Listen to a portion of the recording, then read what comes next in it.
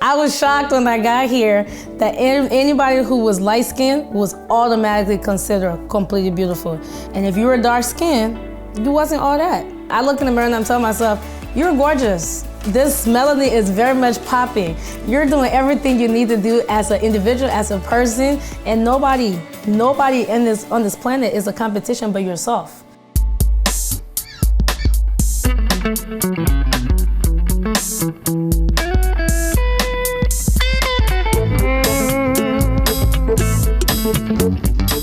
It's the all-new Valley Gold with Debórah. This is the show that brings you the stars, the stories, and the performances.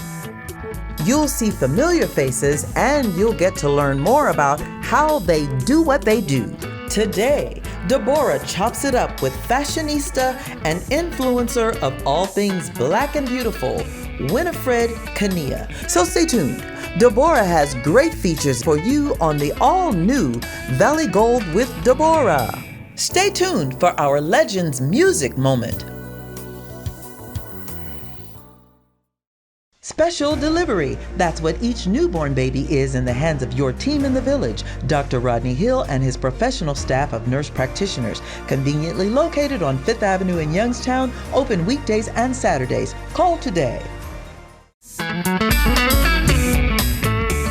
Whether it's Motown, Philly Soul, Stax, Solar, Savoy, you name it, people from every nation love old school rhythm and blues music. Now I hope you enjoy. Hello guys, my name is Howard Howe, and this is my Legends Music Moment.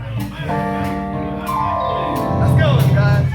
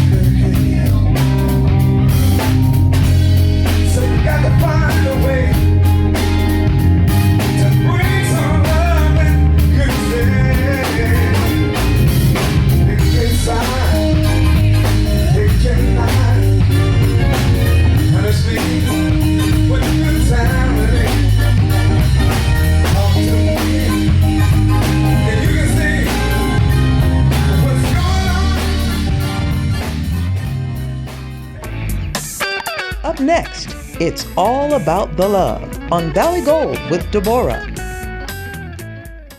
Trust, dignity, and peace of mind. These are the qualities you look for when planning the memorial service of a loved one. L.E. Black Phillips and Holden Funeral Home is the name families have come to rely on for pre-need planning, grief support, financial guidance, and compassion during life's most difficult time. Located at 1951 McGuffey Road in Youngstown, in the time of need, it's L.E. Black Phillips and Holden Funeral Home, still caring for the memories most cherished by you. Welcome back to the show. We live in a day and time where many people just can't seem to figure out how to build the kind of relationship that will last a lifetime. Well, my next guest is all about the love. His name is Jason Hairston. Welcome to the show, Jason. Thanks again, Debórah. I appreciate you. Now today we're going to talk about the importance of having a healthy relationship, but not just from the emotional sense, because most of the time when we talk about relationships, we just talk about the emotional health, right? And that's important. It's a very major part of the relationship. But it's also good to have a healthy relationship in terms of being physically healthy, eating healthy food, taking hikes together, exercising together. Because when you're physically fit, you feel better about yourself. And if two people feel better about themselves, that actually helps to spark part of the passion in a relationship as well. So what you want to do is you want to have a healthy emotional foundation and you want to have a healthy physical foundation. And when you have both of those in place, there's a better chance for the relationship to survive and blossom. Because the more healthy you are, the more healthy the relationship will be. Keeping it fresh for us today is a gorgeous, melanin-rich beauty named Ashley All Smiles. Ashley is the quintessential beauty stylist. So from head to shoulders, she's gonna show us how to keep it fresh. Hello, Debórah. Thank you so much. It is Ashley All Smiles, and today I wanna talk about glitter. Messy? I don't know. I like it. I'm gonna show you how I keep it fresh with the nice, colorful glitter face. Check it out.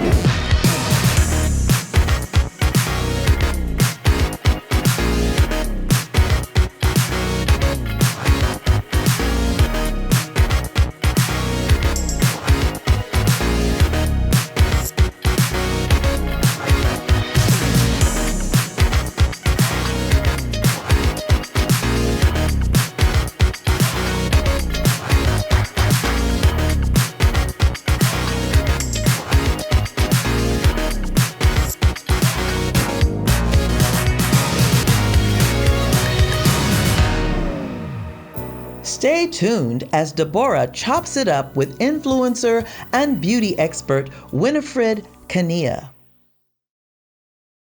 Special delivery. That's what each newborn baby is in the hands of your team in the village. Dr. Rodney Hill and his professional staff of nurse practitioners, conveniently located on 5th Avenue in Youngstown, open weekdays and Saturdays. Excellent prenatal care is what helps ensure a healthy baby. So for the best women's health, reproductive and prenatal care, you'll want to be in the hands of Dr. Rodney Hill, Mama Carol, and Nurse Sin. They're your team in the village where every delivery is special. Millennials have been described as the first global generation and first generation that grew up in the internet age. They've been said to be fearless and in many cases irreverent, but with a much higher regard for life and liberty than their parents and the generations before them. In terms of their core values, they are serious about self-care, self-expression, and they are fierce lovers of their friends and family. I have one such guest with me today. She's originally from Liberia. She works a full-time job, but is truly an entrepreneur at heart, as you'll soon see. And she enjoys life to the fullest. She has known challenges throughout her life, but there's no need to feel sorry for her. She is taking life by the horns every day in food, fashion, and business, and with family and friends. Let's welcome to Valley Gold with Debórah, Winefred Keneah. Hi, how are you? I call her Winnie. How are you? I'm good. Welcome to the show. I'm Thank so you glad for to having catch me. up with her because this is one busy chick, okay? Don't let her cool fool you. I'm trying to make money. I Enjoy understand. life. Enjoy life, yeah. And just do whatever I need to do pretty much. Okay, so let's talk about how you actually started off. So you grew up for a while in Liberia, Yes. Your native country. Yes. And you came to the United States when you were 13. Correct. So let's just talk about that experience. What was that like for you as a kid coming from one Place to another. continent to Oh. another? It was terrifying. It was, first of all, I got to the airport and the cold hits me. And I was like, oh no. My parents definitely picked the wrong Nobody place. warned you about that, huh? No, they didn't. Because it was my first time. We came in March, so it was still some snow on the ground. Uh-huh. So it was my first time actually seeing snow in person. Oh my goodness. So it was exciting, but I was freezing. So it was like a bittersweet moment type thing. And then, started school right away. And that experience wasn't that great. Originally when I started, the kids was a little mean. Yes, they all thought I slept in cages with lions and, tigers, like that, all the little beliefs and stuff they Really, had. just total ignorance. Complete ignorance. But I realized at the time, the white kids was nicer to me than the black kids were. And so I felt some type of way because, you know, we have the same skin color. So you would think a little bit different. So younger, I felt like, okay, well, maybe I needed to be nicer to the people who were, you know, more nicer to me instead of like my own people type thing. But then I realized when I started watching like TV and all of that, I saw what the show Africa to look like. And it was like little skinny kids, the big bellies, they're hungry. Malnourished. Yes, malnourished kids. And so it was just like, wait, this is not what I left back home. Yes, you know, I came from a third world country and stuff like that. But even with that, you pretty much had people who actually live, you know, some decent life. There are decent things to Africa and pretty, you know, the land, like the natural resources, but you never get to see any like any of that. So I was just like, okay. Even like the movies and stuff that you saw on TV, it was always either, if it was a black person in the movie, they were never successful. Right. There was either drugs or this. So it's like, okay. And being back home, that was the picture, you know what I'm saying? That they painted for us also back home. So you come here and you expect a certain things. So sometimes maybe you fear being around a certain group of people. So what you're saying is the America that you saw while you were in Liberia showed black people as being like if it was like thugs and criminals and stuff like that. If it was like a black movie and stuff like that. So it's just like, okay. But then when you actually get here and get to experience and meet people, get to actually know them for who they are, you're like, okay, so they're not all this, you know what I'm saying? It's everybody's different. Everybody choose what path they want to go, you know, down and stuff like that. So everybody still have that choice, which I really appreciated. And then it made me understand, okay, maybe they weren't being mean to me. Maybe this is the Africa they know, because this is what they see. So for that reason, I kind of like, you know, started opening up more to people. I actually met some amazing people, and even up to now, I'm still friends with some of them. It took me a little while to get there, but I eventually got there. But yeah, but being here, it's been great. In terms of culture, yes. Can you share with us some of the differences that you maybe even immediately noticed, the culture in Liberia versus the culture even in, because you came to Ohio? Yes. And so the culture that you experienced coming to the States and into Ohio? Let's see. For starters, a lot of us back home grew up in a two-family household. Okay. So coming here and divorce, I literally heard about divorce when I came to America. Wow. Would you say that again? Yes, I heard about divorce when I came to the United States. Wow. So because growing up, all my friends, their parents were either married or they were together and they lived, you know, as a family. So when I got here and some kids stayed with just their mother, and then, you know, you ask those awkward conversations, where's your dad? Or where's your mom? And it's like, oh, my parents are not together. What do you mean they're not together? And it's like, they separated. So I was like, okay, it was very, very new for me because, I mean, that's all I knew. So it was like, okay, so in America, people get divorced. It was like in America, people get divorced. But then it's like, I mean, but now it's becoming a thing back home as well. As to where I personally, this is just my opinion, but I feel like back home, they believe in this for better or for worse type thing. And they would stay through the worst.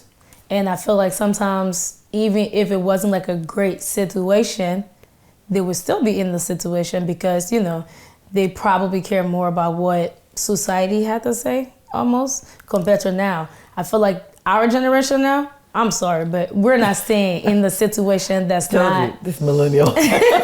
We're not staying in a situation that doesn't benefit us or is not healthy enough for our mental state. Okay. So it's just like, okay, well, you're going to do right by us, or we're gonna leave. It's really that simple. So I think now it's more of a like an open conversation where you can have conversation with people and be like, okay, yeah, I got married, my husband didn't do right by me or my wife didn't do right by me, and I chose to choose myself. And I decided, you know, so that was like a huge thing. And even like the way we were brought up and stuff like that. Our grandparents stayed in the home with us because, you know, we don't have no nursing homes or anything back home. So like here, when the first time I saw a nursing home, I was shocked.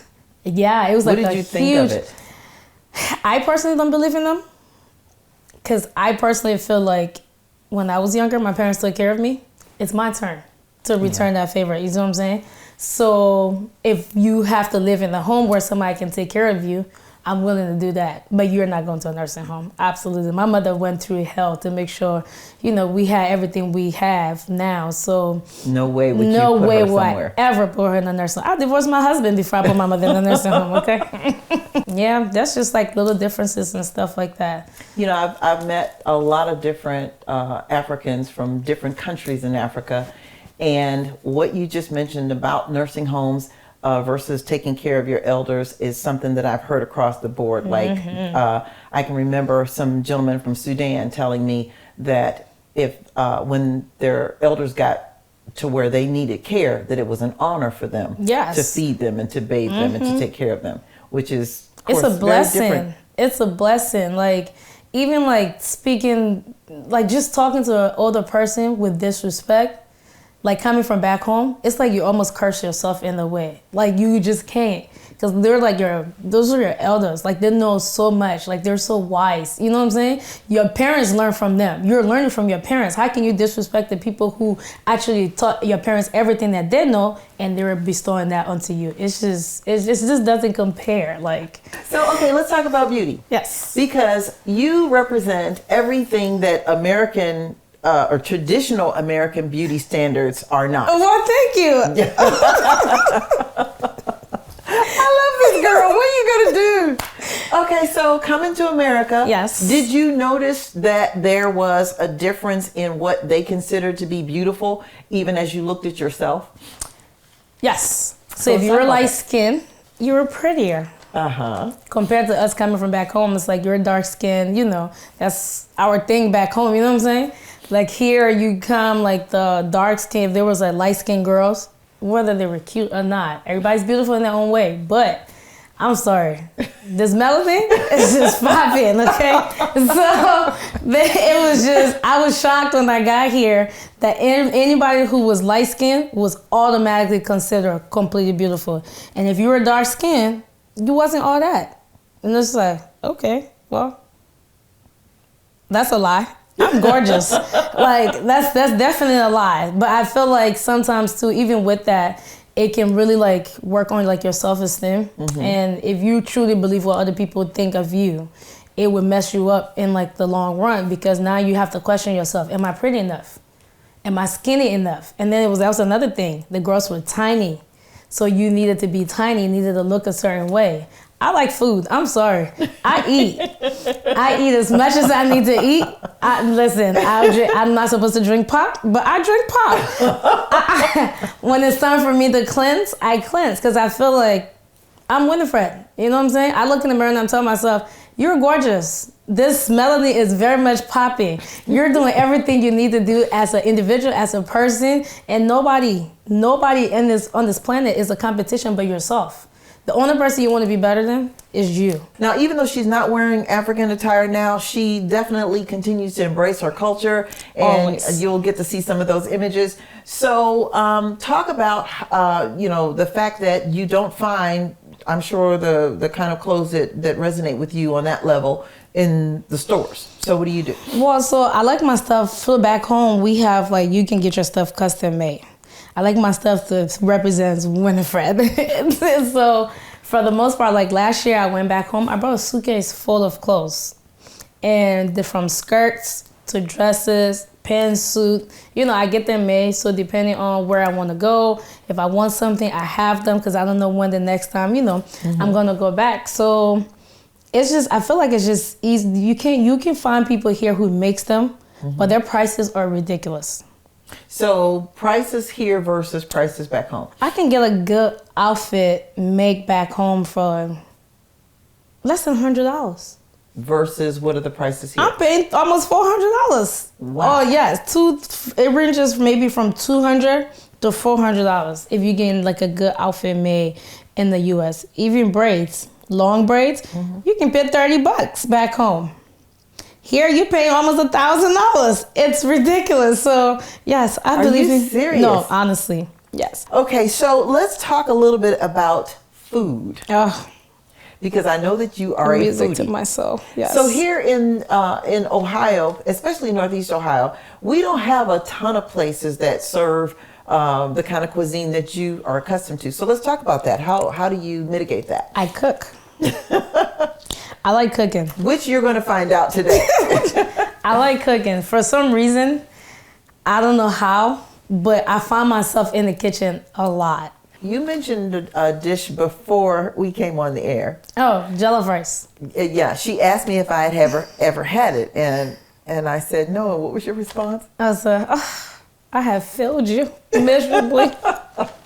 I really have. This must be a wonderful dish. No, it's well known. That's why I'm surprised. So what is it comprised of? So it's rice. So you make like a sauce. You got your vegetables and stuff, onions, tomatoes, you blend them. You make the sauce with the tomatoes and all of that. You cook the rice in there, and it's like an orange kind of rice. You know what the Mexican rice looks like? It's something similar. Okay. But ours is very well seasoned. Oh my God, it's so good. I'm hungry. It's really good, and some people pair it with something different. So in Liberia, when we make ours, we put in mixed vegetables. We put in, maybe we fry like chicken and stuff, put on the side. I know the Ghanaians and Nigerians, they, I believe, use like goat meat. Some of them will use like fried turkey on the side. And then, you know, they will use either goat meat and stuff like that. So it's common in West Africa, but we all make it differently. And best believe, cross my heart, Liberians makes the best jollof rice you ever have. Well, I have really been enjoying this time with you, but we're not done. We got a few other things that we're going to be doing with Winefred, particularly down in the kitchen department, because girlfriend says she can cook, so we're going to put her to the test. When we come back on more with Debórah and Winefred Keneah.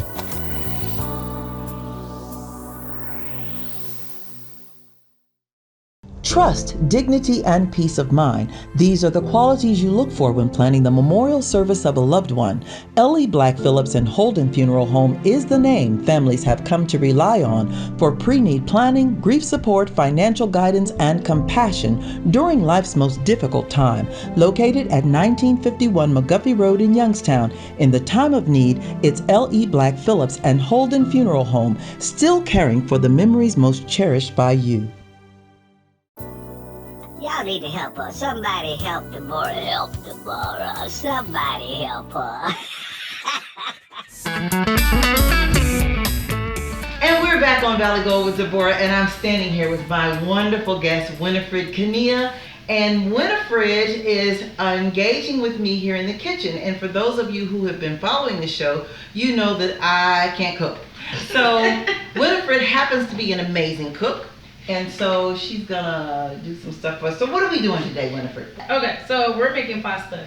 This is like the fastest thing you can make. I like food, but I don't like to wait that long to make it. So we come up with something real quick. What kind of cook is this? She likes food, but she doesn't want to wait to make it. Yeah. And that is my issue too. And yet nobody likes what I do when I do it quickly. Look, mine is actually really tasty. See, she says that so sweetly, and then she smiles and gives me a little hug. Yeah, anything works with a little love. Okay, so what are we doing? So I have washed the bell peppers and onions and tomatoes. So at least I can, listen, I can do the show. Thank you. And usually I'll use habanero, but because somebody don't like too much spice, we're going to go with the jalapenos. Habanero. And then this is a shrimp, so we're gonna use shrimps, and then we're gonna use some angel hair pasta. Okay. Angel hair pasta. And some shrimp. And we some already shrimp. washed the so shrimp. we'll go into this camera that's closer. Yes. And these are our spices that we're using. So we have seasoned salt, garlic, what is this? Curry. I like curry. Curry makes everything taste so much better. This is Miss Dash. This is the Goya seasoning, black pepper, and ginger. Now what's interesting here is I had the things in the kitchen that she wanted. I just don't know what to do. Yeah. And then my personal favorite, Maggi cube. If you're from West Africa, you already know what this is. This is like the icing on the cake. If we don't cook with Maggi cube, we're not cooking.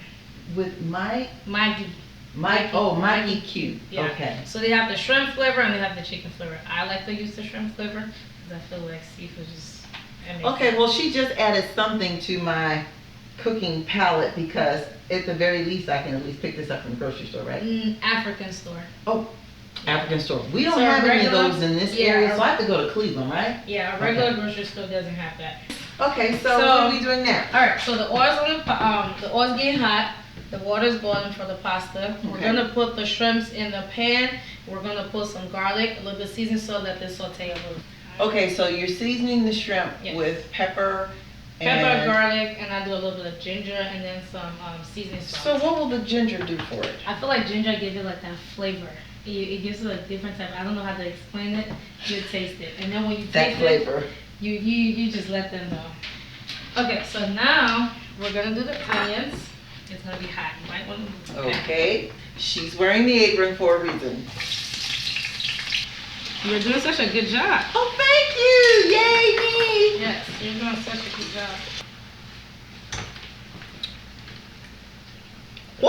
Oh my goodness. Is it really that First I taste it, right? hot? And I got ready to say, ooh, this is good. And then then you get the heat. then it kicked me. Woo! Woo! Is it really that hot? But it's good. It's not that bad, is it? Woo! It doesn't, it creeps up on you. Yes, it does. So is that something that I can acclimate myself or cultivate a tolerance for the... I think so. I think the more you eat spicy stuff, Mhm. the more you get used to it, possibly. Well, then don't make it too weak for me because No. I'm trying to expand my flavors. Okay, let me mix it and then we can show them what the... Oh, okay. What Oh, it that looks looks like. delicious. Take a This is good the look. finished product. That looks delicious. And you cook it less than 30 minutes, I guess. We haven't been here for that long, right? No. Yep. And it's ready. So Mwah. this is, I officially named this Winifred's dish #1, implying that there shall be a #2 because I got a chance to taste the sauce. It was delicious. So now we're going to dig in, right? Yeah, brother. So Wish Lord us bless luck. this food and we thank you in Jesus' name, amen. And here we Amen. go. What do you think? Oh my goodness, this is so Is it good. too spicy? You know what? I'm getting used to it. Okay. It is sneaking up on me, but I'm fighting back because this is delicious.